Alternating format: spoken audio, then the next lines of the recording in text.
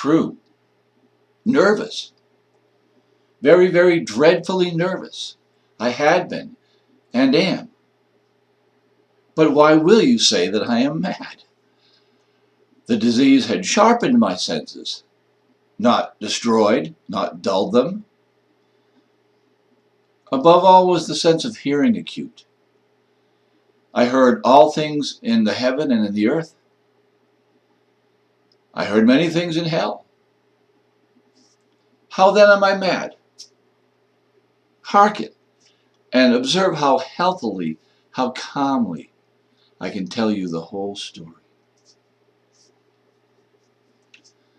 It is impossible to say how first the idea entered my brain, but once conceived, it haunted me day and night.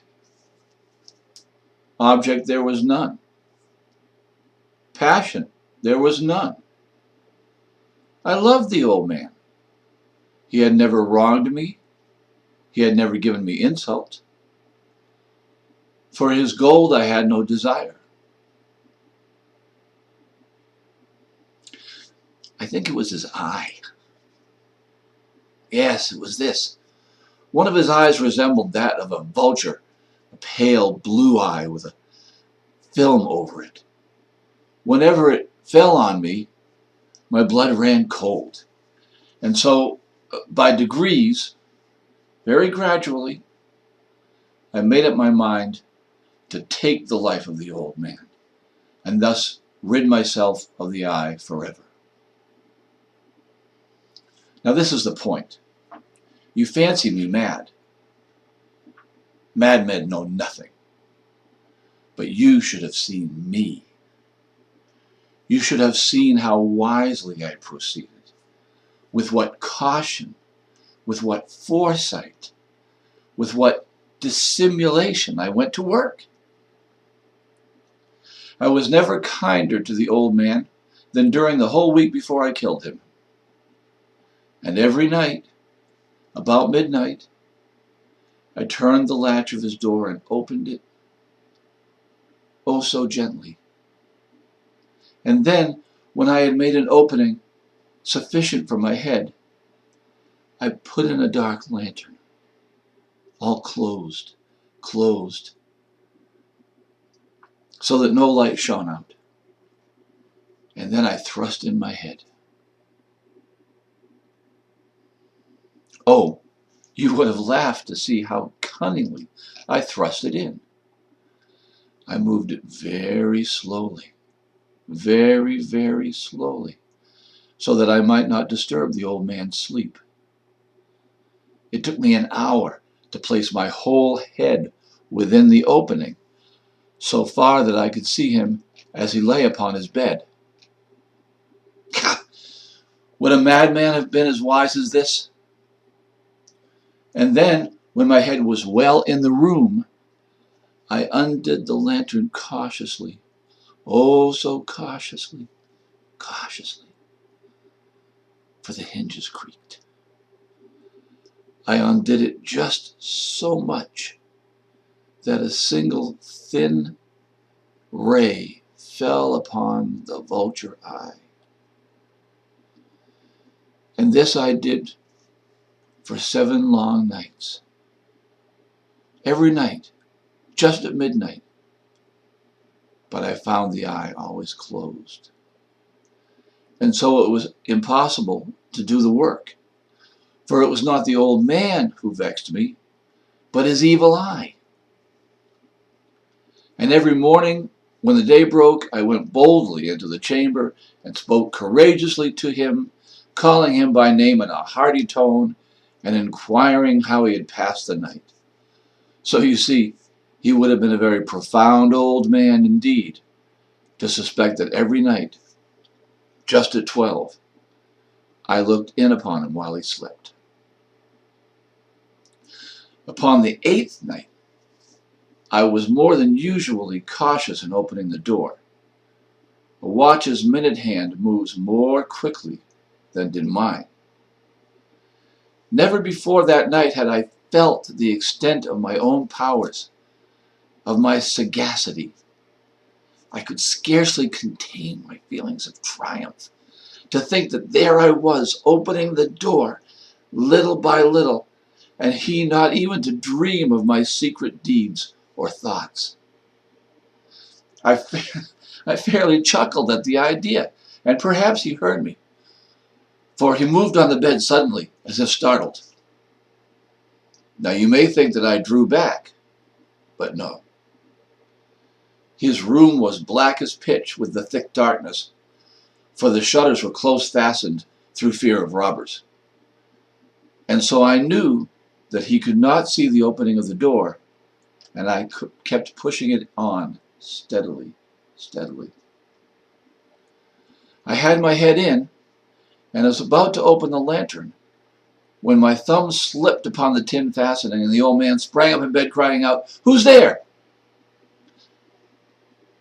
I kept quite still and said nothing. For a whole hour, I did not move a muscle, and in the meantime, I did not hear him lie down. He was still sitting up in the bed listening, just as I have done, night after night, hearkening to the death watches in the wall.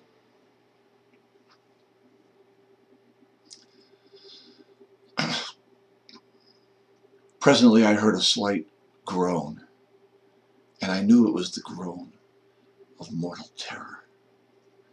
It was not a groan of pain or of grief. Oh no! It was the low, stifled sound that arises from the bottom of the soul when overcharged with awe. I knew the sound well. Many a night, just at midnight when all the world slept, it has welled up from my own bosom, deepening with its dreadful echo the terrors that distracted me. I say I knew it well. I knew what the old man felt and pitied him, although I chuckled at heart. I knew that he had been lying awake ever since the first slight noise when he had turned in the bed. His fears had been ever growing upon him. He had been trying to fancy them causeless, but could not. He had been saying to himself, "It is nothing but the wind in the chimney. It's only a mouse crossing the floor, or it is merely a cricket which has made a single chirp." Yes. He has been trying to comfort himself with these suppositions, but he had found all in vain. All in vain. Because death, in approaching him, had stalked with his black shadow before him and enveloped the victim. And it was the mournful influence of the unperceived shadow that caused him to feel, although he neither saw nor heard, to feel the presence of my head within the room. When I had waited a long time, very patiently, without hearing him lie down, I resolved to open a very, very little crevice in the lantern. So I opened it. You cannot imagine how stealthily, until at last a single dim ray, like the thread of the spider, shot from out the crevice and full upon the vulture eye.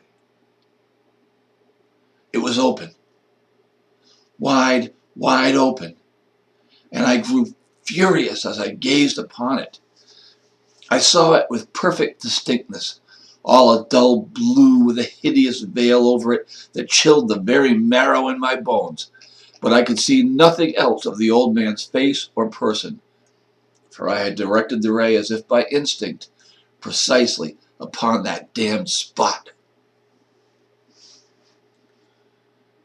And now have I not told you that what you mistake for madness is but over-acuteness of the senses? Now, I say, there came to my ears a low, dull, quick sound, such as a watch makes when enveloped in cotton. I knew that sound well, too. It was the beating of the old man's heart. It increased my fury as the beating of a drum stimulates the soldier into courage. But even yet I refrained and kept still. I scarcely breathed. I held the lantern motionless. I tried how steadily I could maintain the ray upon the eye. Meanwhile, the hellish tattoo of the heart increased. It grew quicker and quicker and louder every instant. The old man's terror must have been extreme. It grew louder, I say, louder every moment. Do you mark me well? I have told you that I am nervous. So I am. And now, at the dead hour of the night, amid the dreadful silence of that old house, so strange a noise as this excited me to uncontrollable terror. Yet for some minutes longer I refrained and stood still. But the beating grew louder, louder. I thought the heart must burst. And now a new anxiety seized me. The sound would be heard by a neighbor. The old man's hour had come. With a loud yell, I threw open the lantern and leaped into the room. He shrieked once only. In an instant, I dragged him to the floor and pulled the heavy bed over him. I then smiled gaily to find the deed so far done. But for many minutes, the heart beat on with a muffled sound. This, however, did not vex me. It would not be heard through the wall. At length, it ceased. The old man was dead. I removed the bed and examined the corpse. Yes, he was stone dead. I placed my hand upon the heart and held it there for many minutes. There was no pulsation. He was stone dead. His eye would trouble me no more. If you still think me mad, you will think so no longer when I describe the wise precautions I took for the concealment of the body. The night waned, and I worked hastily, but in silence. First of all, I dismembered the corpse. I cut off the head and the arms and the legs. I then took up 3 planks from the flooring of the chamber and deposited all between the scantlings. I then replaced the boards so cleverly, so cunningly, that no human eye, not even his, could have detected anything wrong. There was nothing to wash out, no stain of any kind, no blood spot whatever. I had been too wary for that.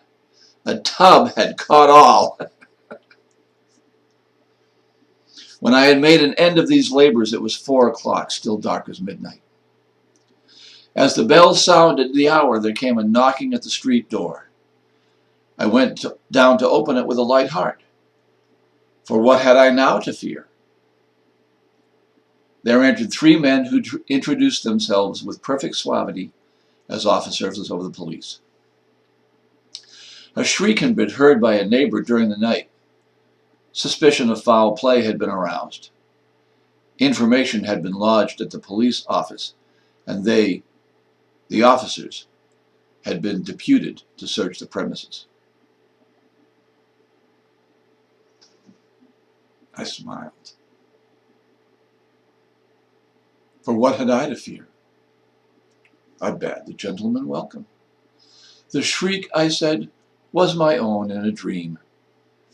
The old man, I mentioned, was absent in the country.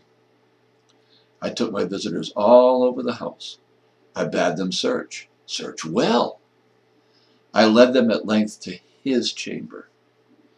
I showed them his treasures, secure, undisturbed.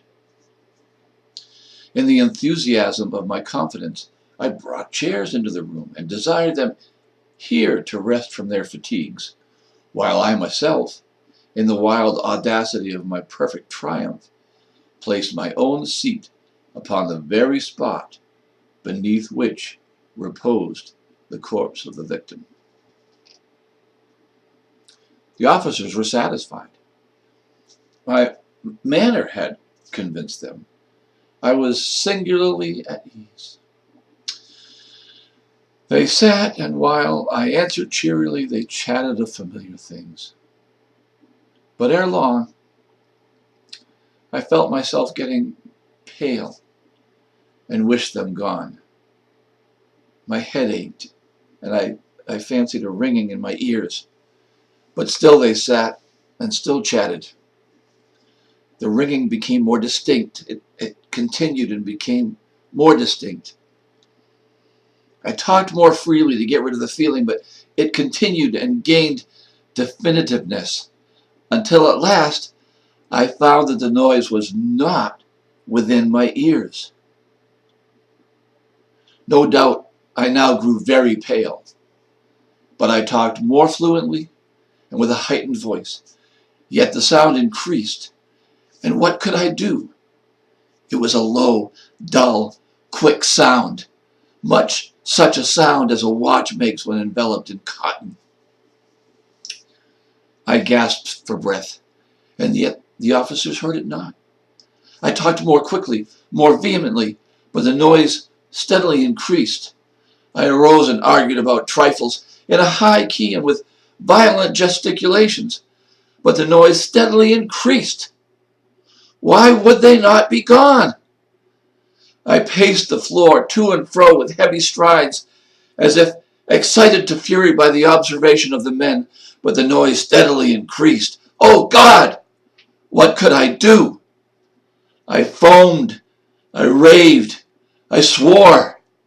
I swung the chair upon which I had been sitting and grated it upon the boards, but the noise arose over all and continually increased. It grew louder, louder, louder, and still the men chatted pleasantly and smiled. Was it possible they heard not? Almighty God! No! No! They heard! They suspected! They knew! They were making a mockery of my horror. This I thought, and this I think. But anything was better than this agony. Anything was more tolerable than this derision.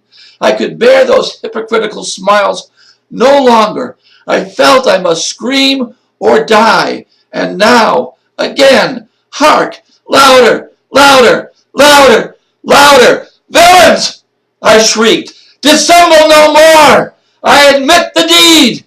Tear up the planks! Here! Here! It is the beating of his hideous heart!